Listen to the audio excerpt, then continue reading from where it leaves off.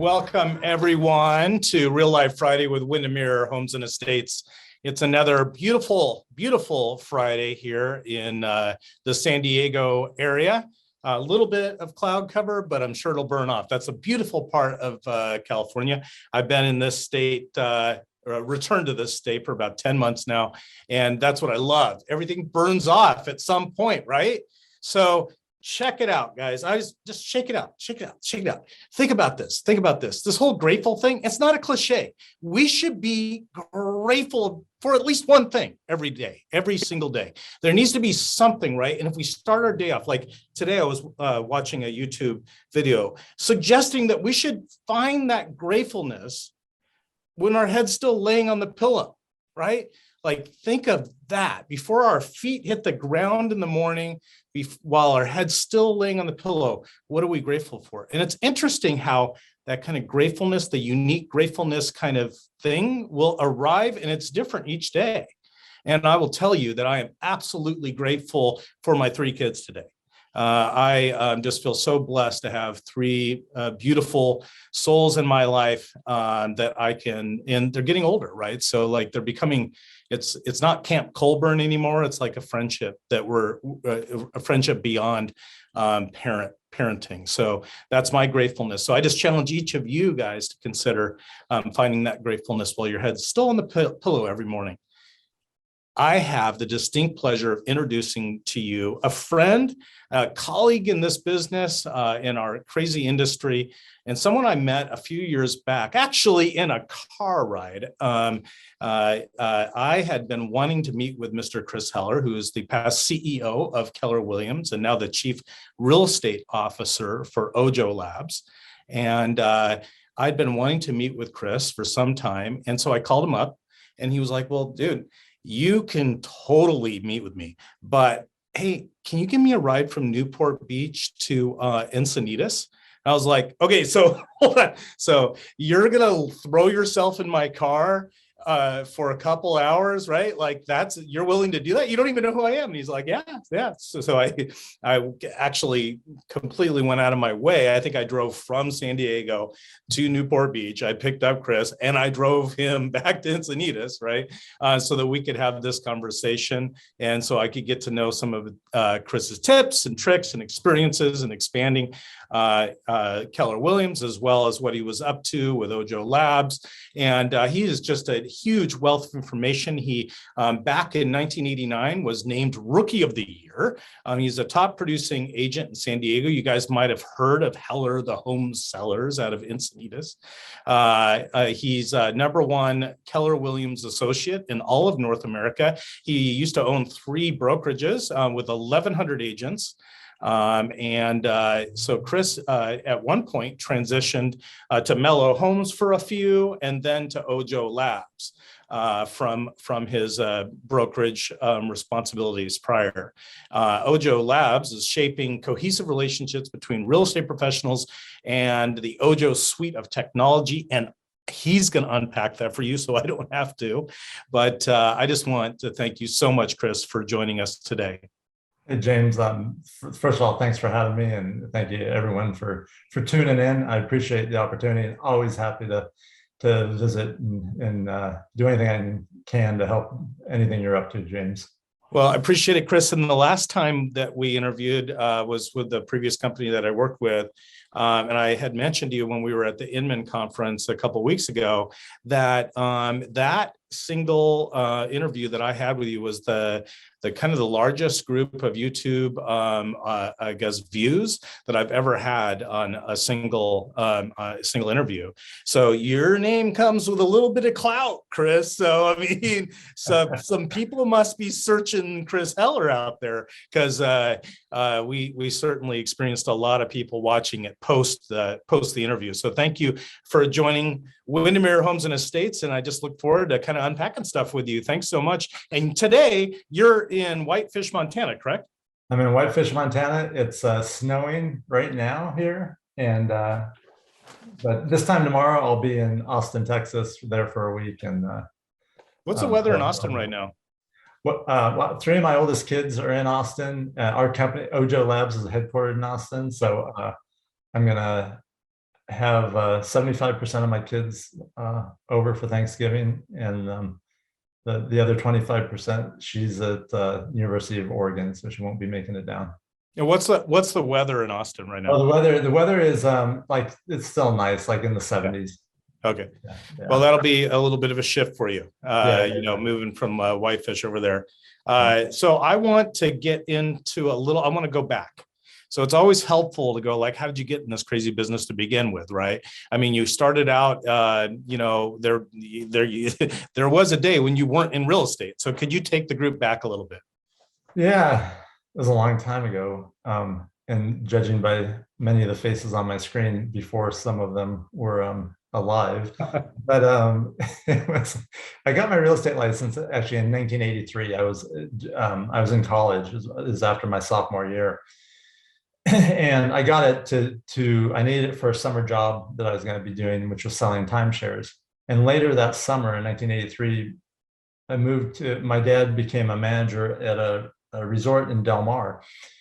And so I went down there with him and then never left San Diego. I was going to school at Cal Poly San Luis Obispo at the time, came down to San Diego, kept going to school part-time for many years at University of San Diego.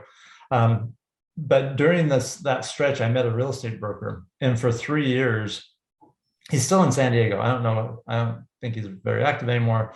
I'll say his name because his name deserves to be said. John Lefferdink. He, for 3 years, recruited me to join his company and to get into real estate, and sent me handwritten notes all the time. Every time he saw me, he'd mention it, and finally he caught me at a weak moment, and I said, all right, I'll give it a try, but I don't want to sell houses. Like, I want to sell big stuff. So now, granted, I knew nothing about commercial real estate, like less than zero. But if I was going to do it, I wanted to sell big stuff. So after about 30 days of trying to figure out the commercial world, I also had my cube was across from the top agent in the office, and she farmed my neighborhood where I owned a townhome. So I got to see, like, as a consumer, now as someone in real estate, what she was doing every day. And after 30 days, like, I could do this. And so retired from commercial real estate and became a residential agent. That was in 1989, and became rookie of the year, sold 27 homes, and then kept growing from there.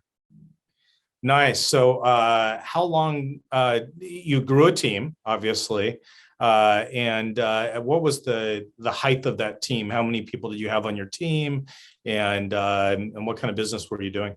Yeah, so my team's still in existence, still in San Diego, selling houses. Back then, there wasn't a concept of teams. In fact, there wasn't. When I hired an assistant at the end of my first year, that was really strange. Like, agents were like, what? Who do you think you are, an assistant? Right. And I was like, well, you're stuffing envelopes for 4 hours a day. I can pay someone to do that, and I can go sell more houses. So right. I think what I'm doing makes more sense than what you're doing. So I never had the idea of growing a team. I never had the concept of even what a team was. What I had was a goal every year, and every year that goal was bigger than the previous year. And it became obvious, even after my first year, that I needed to have people to help take care of the business.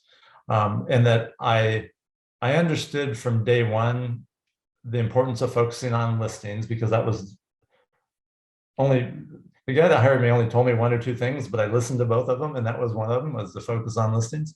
And so, I wanted to focus as much of my day on revenue generating activities, because that's why I was in the business, to make revenue. And so as I did more, I needed more help. And so after an assistant, then there was a showing assistant, and then there was another assistant. And then, so the team just grew to that. I was also very, very focused on profitability. So it was never about how big my team could be. It was about how profitable we could be. And so at the biggest my team has ever been is probably 13, 14 people, 15 people at the most. And that's selling a couple hundred homes a year. Mm-hmm. So the team just evolved as a necessity Now some people are just starting with the goal of having a team and building a team, and some do it successfully, and some find out it's an expensive way to go. Yeah, absolutely. So at one point you started owning brokerages, or how did that come about? Yeah. So it was in 2004. I woke up one day and thought, granted, I was doing really well, right? I was generating 7-figure income, but I had the thought, the minute I stop doing this, if I ever stop, everything stops. Like instantly. my income stops. And so I thought, there has to be and in Southern California, it's hard to buy. Like every downturn, I bought rental properties, but we can count the downturns we had on one hand. And so it's just like now, it's hard to buy a rental property in San Diego that makes sense with a cash flow. So I couldn't do it through just buying real estate. I had to figure out something else. So went to the broker and said, I need some other opportunity. I need to figure out, some way of owning something that can create passive income. He didn't have anything, didn't have any ideas. And so I looked around. At that point, Keller Williams really wasn't in San Diego, but there was a concept of having multiple revenue streams. So I made the switch to that company. And then 2 years later, launched a market center that's still there in Carmel Valley, on the corner of High Bluff and Del Mar Heights Road, and then launched several others. And that's how I got into it. It was I never wanted to be a broker, because I never saw that as being a fun job. If I could do it in a way where I could hire people to run it and keep doing what I was doing, then I would do that. And that's the way I did it. For sure. And then it ended up being like 1,100 agents. And at one point, you started taking some leadership role within Keller Williams. How did that come about?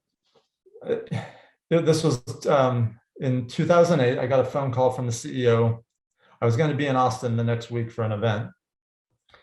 He said, when you come to Austin, well, actually, the way he said it is, hey, we've been thinking a long time about expanding internationally, and we haven't done it for 2 reasons. Number one, Gary wouldn't let us until the company reached a certain size in North America.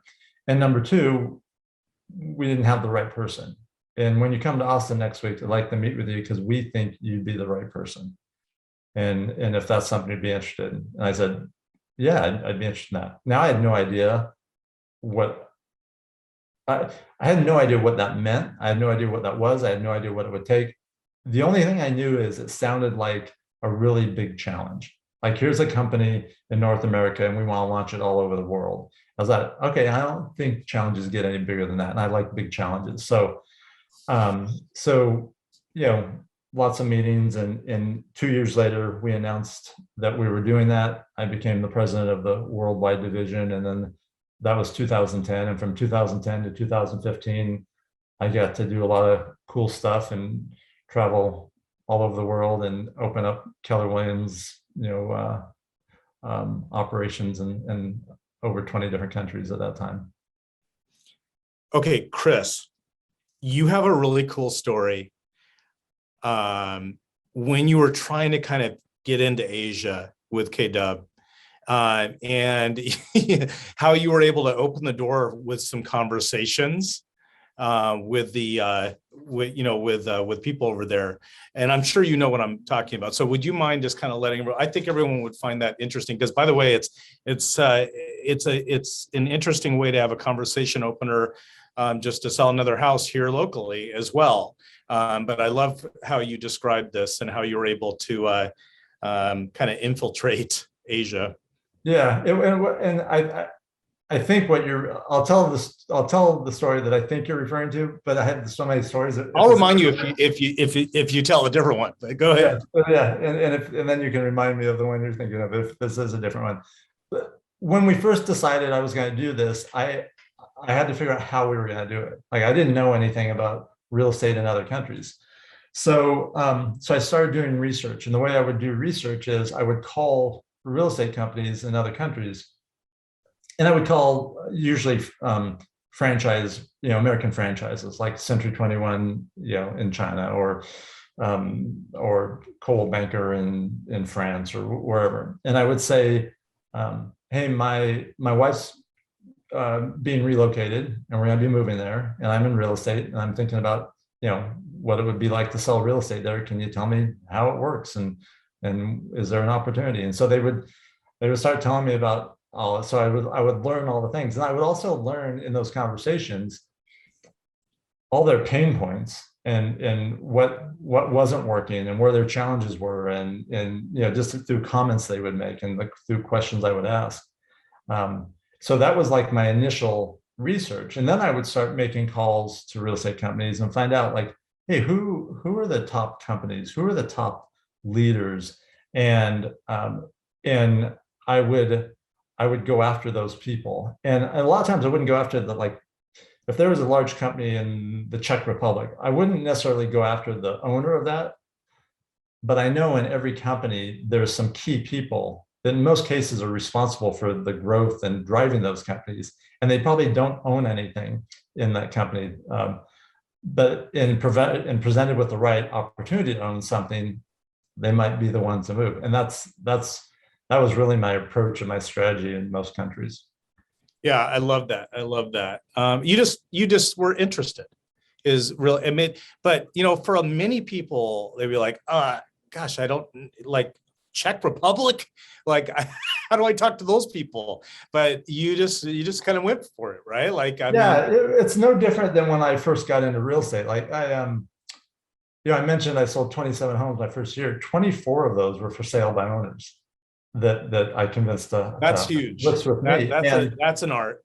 Yeah, and I didn't know any better. I just called them and had a simple script and just went after them. And so to me, it was like, and always in real estate, lead generation and prospecting was part of my daily routine for 26 years. Like I never missed a day of that for 26 years. Like any day I worked, I did that. And so it was just sort of a natural. So whether I was calling some company in Paris or calling some, prospect, some expired listing or for sale by owner, it's just having a conversation. Oh, I love that. It's almost like you didn't know any better, right? Like Chris Heller didn't know any better. That works, right? Like just what the heck, right? Give it a try, and it worked well. Yep. You were able to expand KW into internationally, right? That's huge, and obviously a real legacy. So at one point you transitioned to Mellow Homes, and then made your way to Ojo Labs. So I'd love for you to because obviously there's been a move out of real estate brokerage here, and I'd love for everyone to know a little bit about what that has meant for you and your growth. Yeah. So in 2010, when I went to Austin to lead the international expansion, I made the decision. I had a 2-year notice that I was going to be doing that. So from 2008 to 2010, I made the decision, I'm going to keep my team going forever. Yeah. And so I worked on the transition plan for those 2 years. So when I left, my team kept going. And actually I did that for 5 years, then became the CEO of all of Keller Williams for a little over 2 years, and then left and went to Loan Depot or Mellow Home. Mellow Home is a sister company of Loan Depot. So I worked out of the Loan Depot headquarters. And for those of you that don't know, Loan Depot is the second largest non-bank lender in the country. They just went public earlier this year. Huge operation. And that was cool because I learned a lot. As an agent, I worked with lenders every day, but then being inside of a mortgage company was a real experience and learned a lot.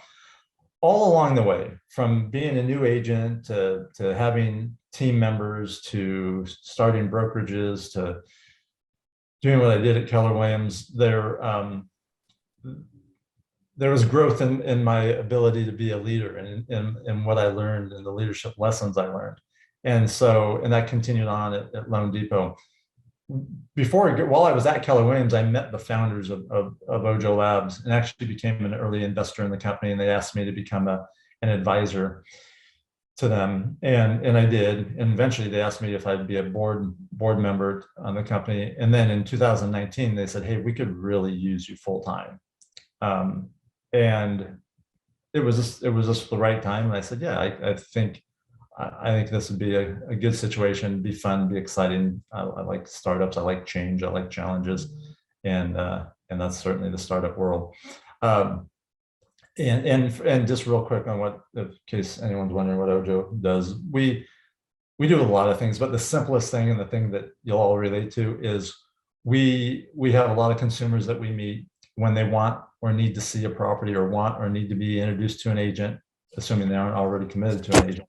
We refer them to real estate agents. So similar to some of the other companies that out there, we make a lot of introductions of buyers and sellers to real estate agents all over the country every day. It's a simple business model, but really hard to do it really well. And so we have a really great team that makes all that happen. You once said Ojo describes itself as fusion between machine and human intelligence. How would you put that in layman's terms for us? Yeah, so there's a couple ways I could comment on that. So the first one that pops into my head is, as consumers, there's times that we don't want to deal with a human. And when we have to, it's kind of annoying. And there's times when we're having a digital experience and we want to be able to communicate with a human and we can't, and that's annoying. What we try to do is have bridge that with the best of both worlds. Be able to give consumers a digital experience when they want it and a human experience when they want or need it. So we have consumers that are on our site. Our primary site is called Movoto.com. So some of you are familiar with Movoto. It's the 5th largest, search portal in the country. Millions of people go there every month. If they want to have a complete digital experience, they can do that. If they want to talk to someone, we're able to do that. So anyone that indicates they want to talk to someone, we have a 350-person call center that calls them and says, hey, we noticed that you fill out a form, you ask for some information, how can we help you? And sometimes they want to and need to be introduced to an agent right away, and we do that via live transfer technology that we have. And sometimes introducing them to an agent isn't the right thing. So we can introduce them to our digital advisor, where they can continue to interact with Ojo and create a search experience. And at the same time, Ojo learns about their preferences and the characteristics they like and the traits that they're looking for, and then starts to send them properties that meet those needs. So it's a combination of, there's a lot of companies out there that think, hey, we want to, or their mission is to replace agents or to digitize things completely. We're over on the other end of the spectrum. No, we think that having local experts and service providers is a key component to a great experience. And we're just looking to provide the best experience for consumers so that they don't have to go through some of the experiences that agents we know just don't work real well when they go to other places. So do you employ AI in your business at Ojo? Yeah, so there's a lot of machine learning that happens.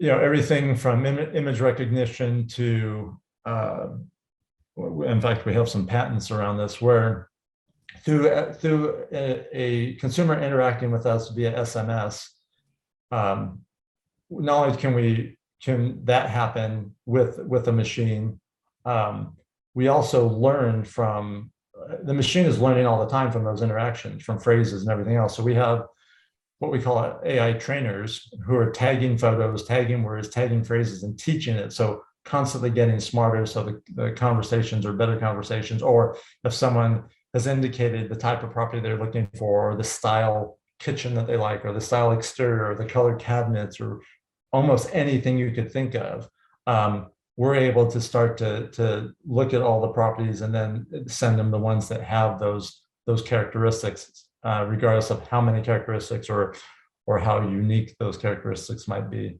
And that's all done with machine learning and artificial intelligence. That's awesome. Yeah. Well, I You and I had an offline conversation real quickly about iBuyers and Zillow. And although, we don't want to see any company fail when it comes to iBuyers and having that be such a big announcement in our industry, it certainly reminds all of us agents, as well as all of our consumers, of the value of relationship way far beyond no matter how much money a company has to invest in property. So, but I would love for you to speak on iBuyers and the whole Zillow situation. And because I know that many of our agents have clients that ask about it. I know our agents wonder what that means for the industry. Yeah, I'm happy to do that. But I want to touch on one thing that you said, and that is relationships. And I think and hope everyone's aware of this, but there is dramatic change taking place in the world, in our industry, in consumer behavior, in consumer expectations. And the options that consumers have never been greater. And if we just think about in real estate, if I'm a buyer or a seller, I have so many different options other than just working with a real estate agent. Or I may be introduced to a real estate agent through one of the many, many platforms that are out there. And so as agents, it's always been important, but it's never been more important than to deepen the relationships you have with the people that already know you and that you already know, hopefully the people in your database. And it's never been more important to create as many new relationships as you can, because just because you have a relationship with someone doesn't mean that they're not going to get an instant offer from multiple companies to buy their house when they're ready to sell, or they're going to use a platform to become a cash buyer to buy their property, and you're going to find out after the fact that happens. So it's really important that you're the one not only building and deepening those relationships, but also bringing these options to them. And we'll talk more about that. But back to your question, iBuying isn't going anywhere. It just makes too much sense, right? If I can sell my home without having to put it on the market, without having to fix it up, without having strangers coming through it, and know when it's going to happen at what price, hey, as long as that number makes sense, sign me up. And will that work for everyone? No, but there's a percentage of people that it will work for. So it's not going anywhere, despite Zillow's mishap and mismanagement of their process and their decision not to do it. What that means for agents is, like in San Diego for a while, for those of you who've dealt with this in the last year, as a seller or as an agent bringing an opportunity to a seller, you could get an offer from an iBuyer that was probably above market, because Zillow was so trying to compete so hard with Opendoor, which was the leader, that they were overpaying to get properties. And Opendoor is not out, right? Opendoor is not out, and OfferPad, and that also opens the door for the third major one, which was OfferPad. Now they're the second largest, because the first largest, and Redfin has that offering. A lot of the national brokerages, the Realogy brands, Keller Williams, they all have those offerings. So it's not going to go away. Will companies be paying more than they should anymore? No, only in the rare, instance that they make a mistake. But I think they all learned a lesson from what happened with Zillow. I think the most important thing for us as agents is we can either, which is futile, try to resist and fight and do that, or we can embrace it and be the one that's delivering those options to our consumers. And that's the approach I took. I mean, even with my team in San Diego, in January of 2019, I changed all our marketing to an instant offer marketing, because I knew at some point all the iBuyers would be in San Diego, and you didn't have to have a crystal ball to figure that out. So for the last 2 years, we've been bringing those options to consumers, and it's worked really well. And now there's even more opportunities, because there's more products for us as agents to leverage, like buy before you sell, turning a non-cash buyer into a cash buyer. And those are just more ways for us to be able to help more people. Chris, a friend of mine in Portland, where Opendoor was really, really prevalent because the price point was still at that kind of sweet spot for Opendoor, there, as they call it, buy box. And like you had mentioned, you would actually sometimes get an offer that was above market. He would actually pick up, just listing opportunities that, he would actually be the kind of iBuyer, if you will, on listings that made sense. And then he would, put a roof on it, go through with a dumpster and clean it out kind of thing. And he would go on to Opendoor and type in the address property, and they would literally offer him between $30,000 and $50,000 more for the same property before it even closed in his name. And that he did for a while over in Portland. So it's a real thing. But do you think that business is just flooded with, it's almost like proof concept money more than anything? Yeah, look at, by the way, I think we have the same friend in Portland. If he has the same It's the he has the same haircut you do, then love Nick. Yeah, Nick's an awesome guy.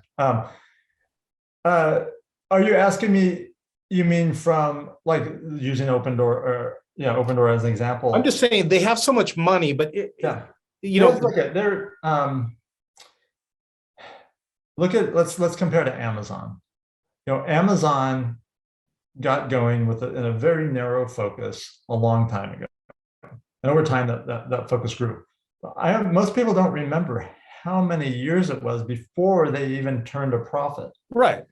And now they're one of the largest companies in the world, one of the most profitable companies in the world. So a company like Opendoor, if they have the capital, or any company that has the capital, they can run it out, can grow for a while, as long as they're growing and creating more efficiencies and more effectiveness in what they do and have a path to profitability, then they're going to get a high valuation and continue to have the capital they need to keep doing that.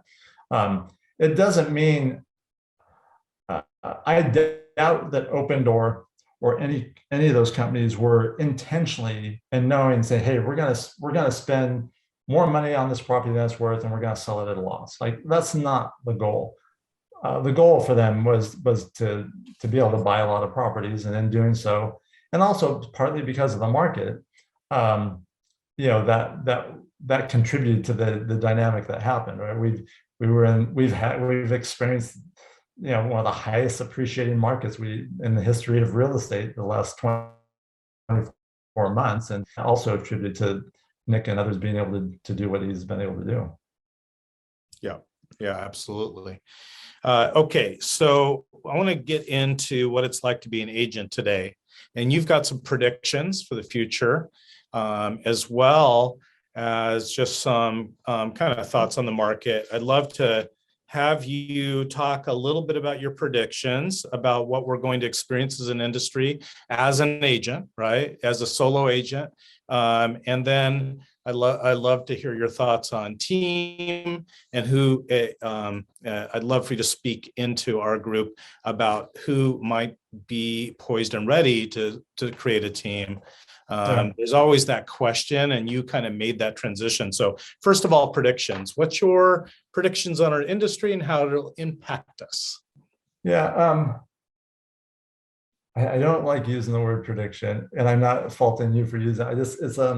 I have some thoughts and ideas. What I don't have, nor does anyone, is a crystal ball. But it's always been pretty easy for me to have clarity about what I see and what's probably the next logical evolution of that will be. Our industry, what's been happening isn't going to stop happening. In other words, the amount of capital, the amount of innovation, the amount of new models and new products, consumers having more choices than ever before, agents having more choices than ever before, lots of different brokerage models. That's not going to change. There will be at some point, and so when that happens, there becomes a lot of fragmentation. It's like tons of new models and all these different companies. And then the next thing that happens after fragmentation is consolidation. And so, you'll see some of these platforms start to consolidate, and some, gobbling up others, and mergers and acquisitions. And we'll get to the point where there'll be a few major players in that. From an agent's perspective, what the future looks like is what we do today is going to look different than what we do tomorrow. And just like what we do today is different than what it looked like, 3 or 4 years ago, let alone 30 years ago or 13 years ago. 3 or 4 years ago, we weren't talking to a seller about, well, Mr. Seller, we have 3 different offerings for you. We have the traditional listing or a value sale where you can put your home on the market and get most money possible. We have an offering where we can help you fix up your home and improve it to before you move to get top dollar, or we can give you an instant offer right now, right? We weren't having those conversations 3 years ago. 3 years from now, there'll be new conversations we're having. A lot of the tasks that agents do today are different than they were. Like, a lot of stuff's been automated, and that'll continue to happen. I think what won't change is the advisory role, the consultant role. People in a large, mostly emotional transaction, people need that. They value that. Mm-hmm. The good agents know how to provide that. And the rest of them either hopefully will learn how to do that, or they probably won't have much of a role in the future. Yeah. The other thing that agents will need to do to remain not only viable but valuable is they got to be able to offer a lot of value.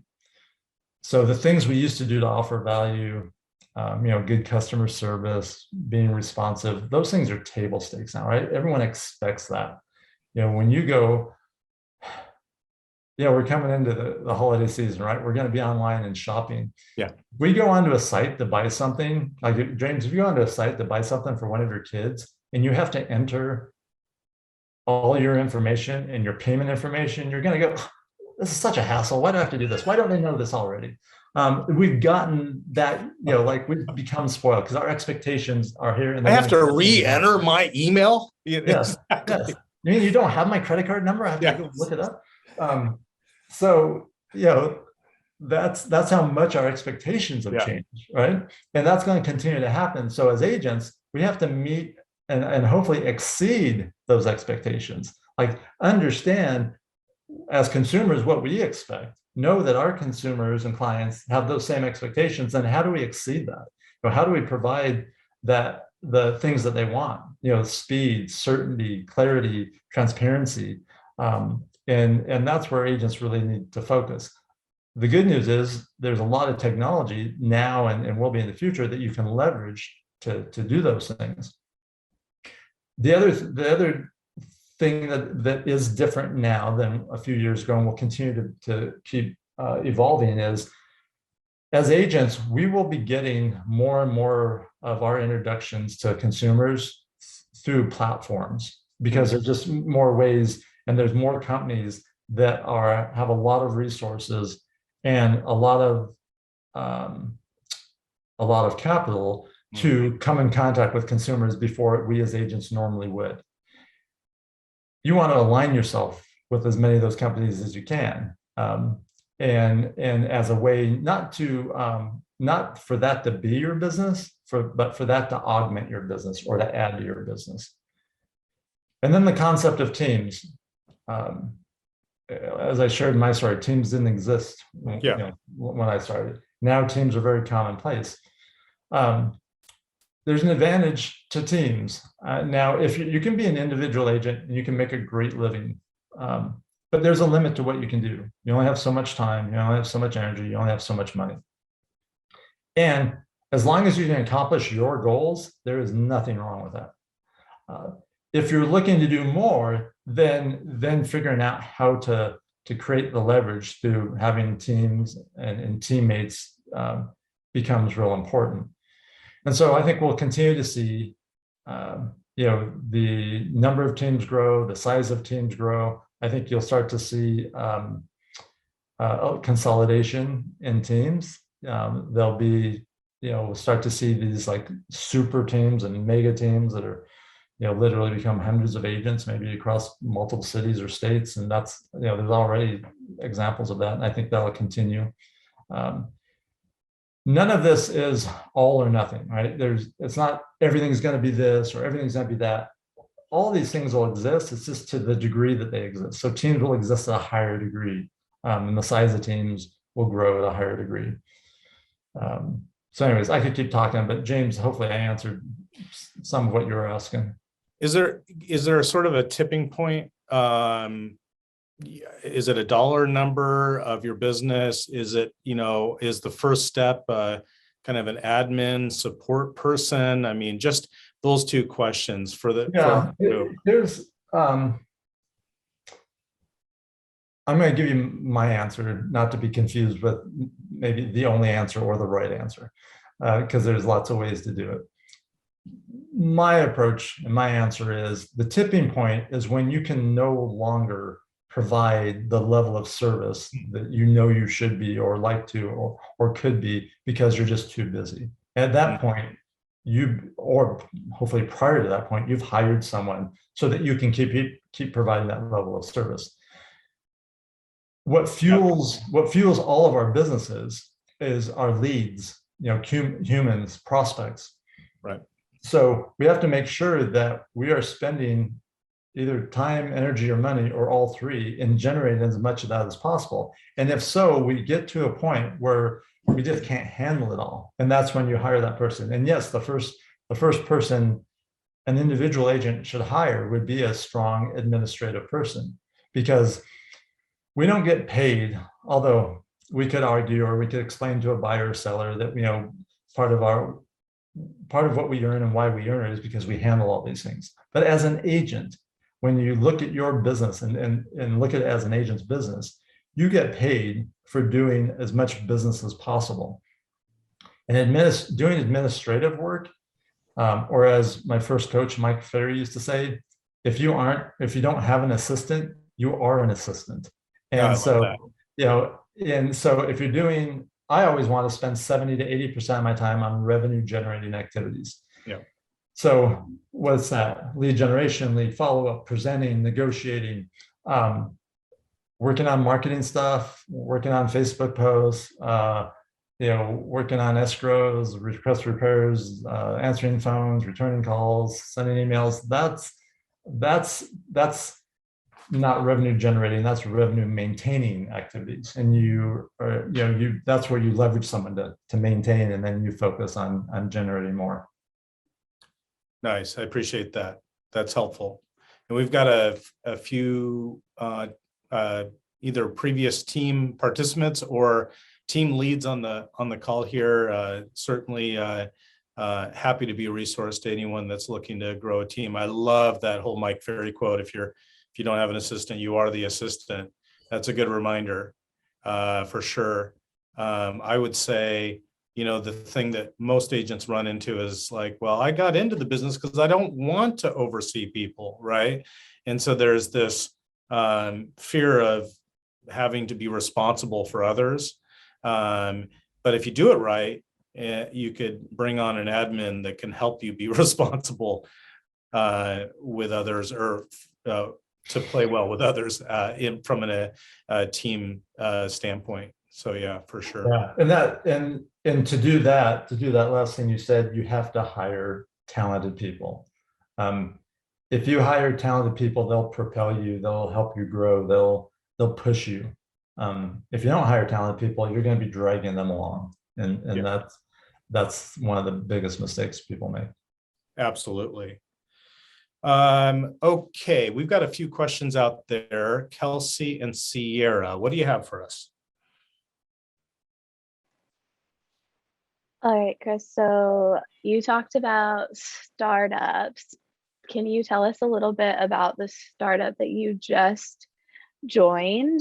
And they have the robot that writes notes for people. So there's It's actually a company. I didn't join, well, my full-time job is Ojo Labs. I became an advisor. I'm an advisor to a few companies, and one of them is called Audience.co, and they're a handwritten note card company, but they have robots that do. So they're robotic handwritten note cards. I got recruited into real estate by someone who sent me handwritten note cards. When I got into real estate, I used handwritten note cards my whole career. Always had them with me in my car, always had them at my desk. I'd have a conversation with someone, I'd write them a card, get that in the mail. I'd leave someone's house, write a card. Back in the day, I'd drive to the post office and put it right in the post office so they get it the next day. So I've been a big believer in handwritten note cards my whole career. And if you're only doing a couple, you can handwrite them. But to be able to do them at scale, having a company like Audience where they have robots that do it, and you can go onto the site and say, hey, I want to send, I'm going to either type it in and it's going to send off, and they have all the technology to get it out and include one of my business cards, or I can use it to farm a geographic area or from my database and send out Thanksgiving cards, automatically, or I just come up with a message or use one of their messages and it's done for me. I think is a great touch. I think there's times where we swing from one extreme to another, and we've gone through this period of time where there's been tremendous online activity, right? The pandemic caused people to do things online they'd never done before, right? Your parents ordering groceries online, they'd never done that before, those type of things. And sometimes we get away from the very basic things of some of the human interaction or a handwritten note card. So anyway, that's why I like what they are doing at that company. Just so you guys know, we are having Jesse Stein, the founder of Audience, which is the company Chris is mentioning, on in about 4 weeks. He is amazing, and he's really gone into the science of these handwritten notes, but he backs it up with a social media touch as well, 5 times a year. The packages go from like $500 a month to $1,500 a month, which that's a pretty big swing. But I mean, 5 touches a month in all the different social platforms, including LinkedIn, which is not used enough. It's actually, if you want something to be watched or looked at, go on LinkedIn, right? Because people don't use that, especially real estate agents, enough. But Jesse, it's the color of the ink. It's a hand-addressed, handwritten note with a real stamp, right? And it's powerful stuff. You can actually customize the message, or you can let them, they've got a system for the messages, but if you kind of believe that you can write it better, you're welcome to, I guess. I just don't know. They've just got a real science to touching clients through the handwritten note, and then backing up with the social media. So keep your eye out for my interview with Jesse in a few weeks. So, and thanks for mentioning that. What other questions?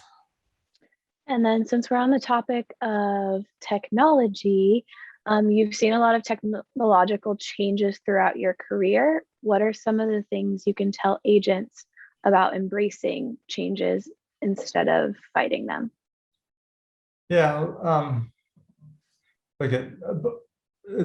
it's part of human nature to want to keep things the way they are and get into routines and keep things familiar. And there's nothing wrong with that. But we have to understand that the world continues to evolve and change. And so we can either stay stagnant where we're at, and if we're okay with that, again, nothing wrong with that, or we can use what's available to help us go even farther and faster. And that's the exciting part for me. There's a lot of technology that we can use as agents to help us do things more effectively and more efficiently. Again, handwritten note cards. There's marketing platforms out there. There's so much. In fact, that's part of the challenge for us as agents, right? There's so many things, how do you not waste a lot of time and energy on too many or too much money on too many, just focus on a few that you're going to really leverage at a high level. But there's, I think part of it, anything that whether it's change or anything, if we look at it as a negative thing, it's going to be a lot harder on us. If we look at it as a positive thing, then it becomes easier. So I look at challenging the status quo as change, as breaking what's not broken and figuring out how to do it better. I look at all those as positive things. So that's one of the reasons I think, regardless of what's happened in a real estate market, and for some of you who haven't experienced different markets, some of you have, the ability to change and adapt is what causes agents to be able to thrive regardless of what's going on in the market. The ones that don't change and adapt are the ones that really suffer and see their businesses go through big swings. So I think technology and adapting and adopting and engaging with and leveraging is just a really positive thing. And it's happening anyways. So the resisting it is more of the torture path than the opportunity path. Yeah.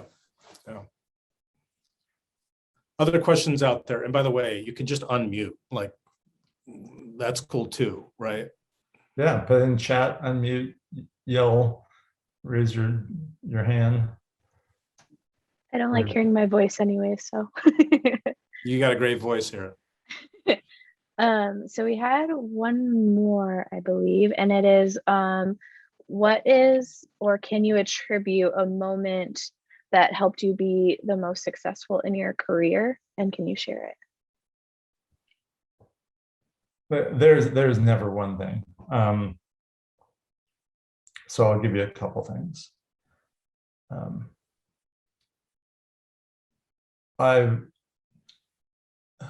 There's like they're all popping in my head at once. I'm trying to sort them out. So, and especially the definition of success is hard too. So yeah. Look, I think success. Earl Nightingale, who many people don't remember or know or never knew, but was like probably the godfather of motivation and personal growth. Had a definition of success, which is the pursuit of a worthwhile goal, the pursuit and achievement of a worthwhile goal. So that's sort of the attitude I've taken towards success. Like if I have a goal and it's an important goal and it's worthwhile and achieving that, then that's success. There's a million definitions of success. Back to the question, I've always had the willingness to do what it takes. Like if I want to do something, I'll run through brick walls to make it happen. I have that willingness to do it. It doesn't mean I'm going to do whatever it takes, because I'm not going to do anything that's not ethical or legal or morally right, but I have the willingness to do it. And having the willingness to do something is different than having to do it. Like I haven't had to physically run through any brick walls, but gosh darn it, I'm willing to. Like if that's what it takes, get out of my way. So that's been something that's helped. Another thing is I early on created some extreme discipline in certain areas, and learned that if I was really disciplined in those areas, that it would yield like huge benefits. And so in real estate, those areas were around what I did every day in the schedule that I used to make sure what I did every day got done. So I had extreme discipline in having a schedule and following a schedule, which for a lot of agents makes them cringe and have spasms and everything else, because a lot of people don't like that. But having that schedule allowed me to get more done in a day than most agents would get done in several days. And it also allowed me to really have a beginning and end to my day. Like if you're in a regular job, you have things you have to do, and when you get them done, you're done. And I treated real estate with like a regular job. And then the discipline was doing the things that I knew needed to be done every day, even on the days I didn't want to do it, even on the days I hated doing it. I created the mental power to get beyond what I wanted to do or didn't want to do, and just did it. So those are some of the things. Okay. Yeah. Love that. The discipline's great. And it probably gave you more free time actually by being disciplined in the end, right? That schedule, the structure, and then there's some A to Z kind of value, right? Like you finish a thing or you feel like you've completed your day. Like it's, because a lot of times in this business, it never feels like it's done. And there's some value in feeling like you have completed what you set out for, either that week or that day, right? Yeah, absolutely. It's the more, and here's the thing that a lot of people have view discipline as like with a negative connotation. Like certainly if you're a kid, it's probably a negative connotation, right? But the more disciplined you are with your time, to your point, James, the more time you have. Yeah. The more disciplined you are with your money, the more money you have. The more disciplined you are with your health, the better health you're going to have. So if you want more of those things, then create more discipline in those areas. And to your point, if any of us were leaving on vacation today, and we're taking Thanksgiving week off or going to, visit family, what would this week have been like? It probably would have been one of the most focused, productive weeks that you've had in a while, because you knew you were leaving. You had to get everything, everyone to be followed up on, every detail needed to be handled because you were leaving. If you can operate that way all the time, your productivity and your effectiveness just goes through the roof. So there's a question in chat that's a really interesting question. Yeah, I love it. Do you ascribe to the notion that it's better to be true to who you are than to attempt to emulate something that you're not? That's a really good question. So in my mind, I don't think it's an either or. I think you can do both. I learned early on, so I'll share this story because you all can relate to it. I focused on listings. I had a listing presentation. I would go into some presentations and it would work like clockwork. In 20 minutes, in and out, everything I said, they got it. We just clicked. It was like this. I'd leave and go to the next presentation 2 hours later, give the same presentation, and it was like this, or it was like, what is going on? And I realized that I was trying to deal with every person I was meeting the exact same way, and realize that, hey, everyone I'm meeting is different. So I have to develop the versatility and the flexibility to deal with different types of personalities. What I started doing is being really conscious of that and then learning how to do that. And I would walk up, I've always used affirmation. I'm a big believer in conditioning our minds and that. And so my last affirmation right before I knocked on the door was, it's showtime, meaning I need to become whoever I need to become to be able to communicate effectively with this person. So if that's emulating someone else, then I do that, and I've done that, and I've done it effectively. But I've always been true to myself. So I think the way I look at this, Kirk, this question is, you should always be true to yourself. But that doesn't mean that you can't emulate others or get ideas from others. I mean, almost everything I've learned has come from someone else. Like there's very few original thoughts or ideas that I've come up with, and there is nothing wrong with that. It's like them putting your spin on it and you've taken it to a whole nother level. So I'm not sure if I'm answering exactly what you're asking, but that's how I interpret the question. I love the question, and definitely mirroring and matching our prospective clients matters. And they're human. So there's not a specific formula. Obviously, for some, they need everything read to them. For others, they're looking more for your energy to sell their home rather than, your stats and figures and systems. So kind of reading that, maybe even asking your prospective clients what they value most, right? And then speaking on those things, you've just got to have your system. Yeah. Certainly. And it doesn't mean you're not being true to yourself when you're doing those things. Like I'm extremely introverted. And if I'm dealing with another introvert, that's super easy. But if I'm doing this several times a day, all day long, like I have to generate a lot of energy to do this, and it takes energy from me because I don't get Well, energy. what's funny is I know you're extremely introverted, but you keep on putting yourself in situations where you have to be essentially an extrovert. So Yeah, that's and I can do that, but it's a conscious effort for me to do. Some people it just comes naturally. you probably have to recharge pretty significantly at the end of the day, though. Yeah. We would have these like when I was leading Keller Williams, we'd have these multi-day events, like a 4 or 5 day event where I was on stage speaking, I was in meetings, I was at breakfasts, I was at dinners, everything else. At the end of 4 or 5 days, I was like I didn't want to talk to anyone. And finally, one year, this is a funny, quick story.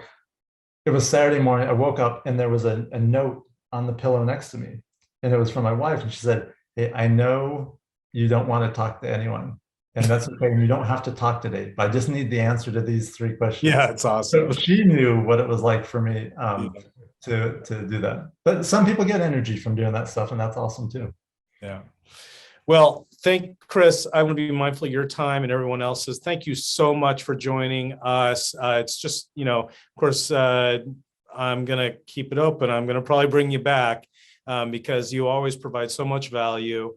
And thank you so much for your care and speaking to our agents with tips and tricks and just shedding light on iBuyers and about Ojo Labs, et cetera. I really, really appreciate your time today. Thank you, Chris. Hey, it's my pleasure. And for all you guys out there, this is the time of year where it's natural to slow down and take your foot off the gas and recharge and take time off. And I'm not saying don't do some of those things, but don't lose the momentum you have. Yeah. Keep working. Let your competition, disappear for the next 6 weeks. Hit the new year with the momentum you want.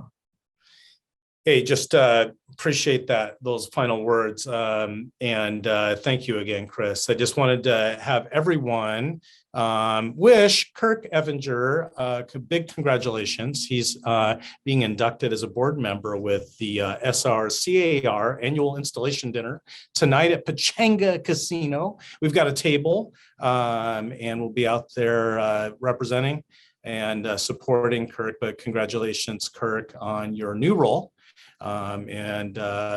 Thank you for inviting us. So, and then everyone, thanks so much for joining today, and just hoping for business success for you. And like I always say at the end of each of these, if you want to raise, just go sell another house.